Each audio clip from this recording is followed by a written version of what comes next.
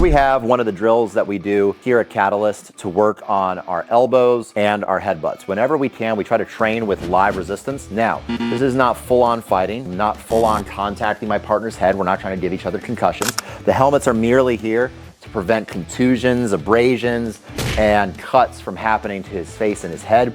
As we give elbows and headbutts, it's my job to be controlled. If I want to go a little bit harder, I can put elbow pads on and then we can both be in helmets and we can do this exact same drill.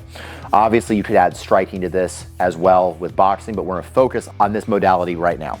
So whenever we're doing this drill, elbows and headbutts generally appear inside of a clinch fight already. So you're already in some sort of intermediary space where this could turn into longer range striking, or this could turn now into strict wrestling and grappling, possibly with takedowns involved. So we're right on that fine line between tilting from one modality to the other.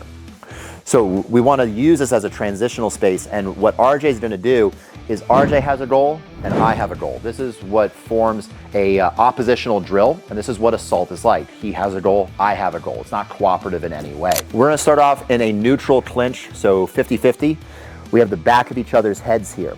My goal is I'm trying to get either inside of his limbs, clearing that hand, and being able to frame off of his face, creating a disorganization of his spine, driving it from one side to the other to create some sort of instability so that I can hit the vulnerable targets along the chin strap of his head and face. However I do this, with my hand, with my forearm, I can then replace with an elbow. However I can do that. RJ's job is to connect to me with two hand grips. The first one is he can come here and he can connect with my arm in. Maybe quite a sucky position to be in. Maybe it's like this. But anyhow, my elbows are from this distance ineffectual. I would have to create some distance with his head in order to hit.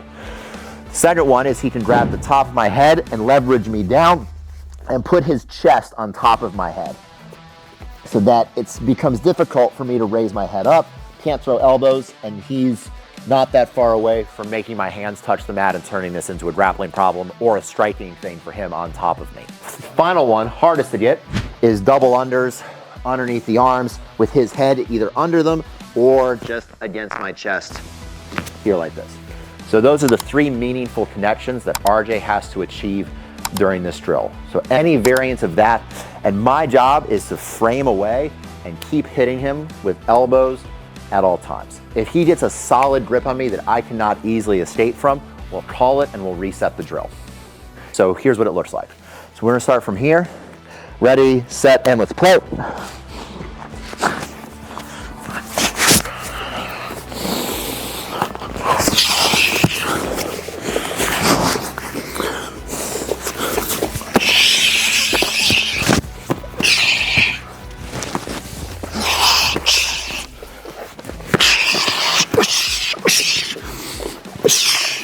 So obviously there's some intensity here. RJ's trying to accomplish his goal. I'm trying to accomplish mine. This wasn't a full-on fight. It's a demonstration video after all.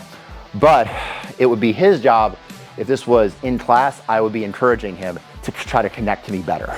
That's what we would do with this drill. We can also modify this by now changing the position of the attacker. He can get a side body connection with the goal of trying to take me down maybe, while I try to separate his head and give elbows and headbutts. That would be another way to increase the difficulty on this.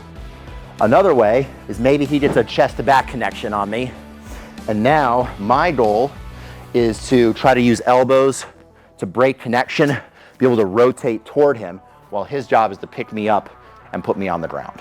So those are some ways that you can also do the same exact drill, but increase the level of difficulty for the person throwing the elbows. This is Katalyst Krav Maga. If you want to learn more, please subscribe to the YouTube channel, and I'll see you soon.